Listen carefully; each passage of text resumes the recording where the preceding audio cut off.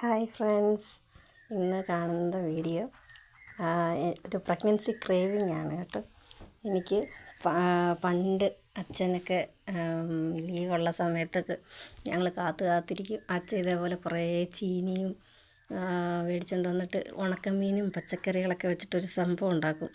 അത് കഴിക്കാൻ ഞങ്ങളെല്ലാവരും കൂടെ വട്ടത്തിൽ ഇരിക്കുന്നു. ഞങ്ങളെല്ലാം ഒത്തിരി പേര് പിള്ളേർ സെറ്റുകളെല്ലാം കൂടെ കാണും. ഞങ്ങളെല്ലാവരും കൂടെ വട്ടത്തിൽ ഇരുന്ന് എല്ലാവരും കൂടെ കഴിക്കുമായിരുന്നു. എനിക്കത് ഓർമ്മ വന്നപ്പോൾ ഞാൻ അച്ഛനോട് പറഞ്ഞു, അങ്ങനെ അച്ഛൻ എന്നാൽ പിന്നെ ഇപ്പം തന്നെ മേടിച്ച് കളയാമെന്ന് പറഞ്ഞുകൊണ്ട് അച്ഛൻ ഓടിപ്പോയി കുറേ പുഴുക്കിനുള്ള സാധനങ്ങൾ വാങ്ങിച്ച് ഉണക്കമീനൊക്കെ വാങ്ങിച്ചുകൊണ്ട് വന്ന് എനിക്കുണ്ടാക്കി തരുക. കഷ്ടം. അങ്ങനെ അത് ഭയങ്കര ടേസ്റ്റാണ്, സൂപ്പർ ടേസ്റ്റാണ് അത്. നമുക്ക് ആവശ്യം, അതായത് മലക്കറിയെല്ലാം കറികളൊക്കെ വെച്ചതിന് ശേഷം ബാക്കി വരുന്ന മലക്കറികളൊക്കെ കാണുമല്ലോ, അമരയ്ക്ക, വെണ്ടയ്ക്ക, വഴുതനങ്ങ, ഉരുളക്കിഴങ്ങ്, അങ്ങനെയൊക്കെയുള്ള മലക്കറികൾ, ഏത് മലക്കറികളായി ഇടാം.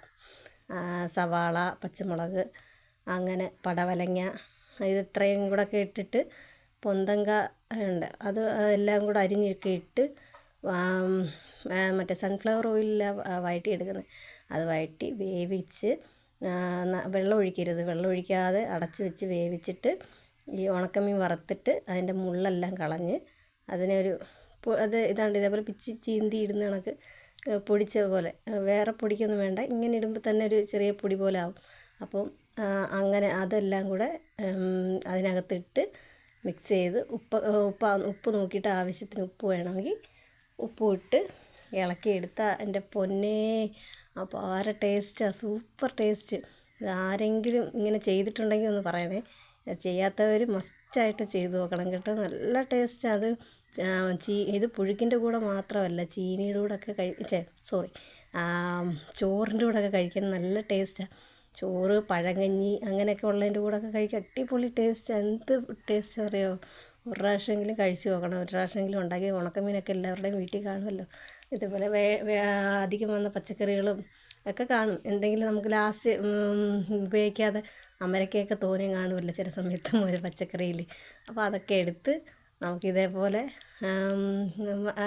വഴറ്റിയെടുത്ത് ശകലം മുളക് പൊടിയും കൂടി ഇട്ട്, ഒരു കളറിന് വേണ്ടി മാത്രം, എരിക്കല്ല, കളറിനും. പച്ചമുളക് നമ്മൾ ധാരാളം ഇടുന്നുണ്ട്, അപ്പോൾ അതുകൊണ്ട് മുളക് പൊടി ഒരു കളറിന് വേണ്ടി മാത്രം ഇട്ടാൽ മതി. അപ്പോൾ അതും ഇട്ട് നല്ല ഇളക്കി, നല്ല ടേസ്റ്റാണ് അത്. ചീനിയുടെ കൂടെ കഴിക്കണം, പുഴുക്കിൻ്റെ കൂടെ. നമുക്കിപ്പം പുഴുക്കിനകത്ത് ചീനിയുണ്ട്, ചേമ്പ്, ചേന, കാച്ചിൽ, മധുരക്കിഴങ്ങ്, ഇത് ഇത്രയും ഉണ്ട്. അപ്പം ഇത്രയും കൂടെ കൂട്ടി ഞാനും അച്ഛനും കൂടി ഇരുന്ന് തട്ടി.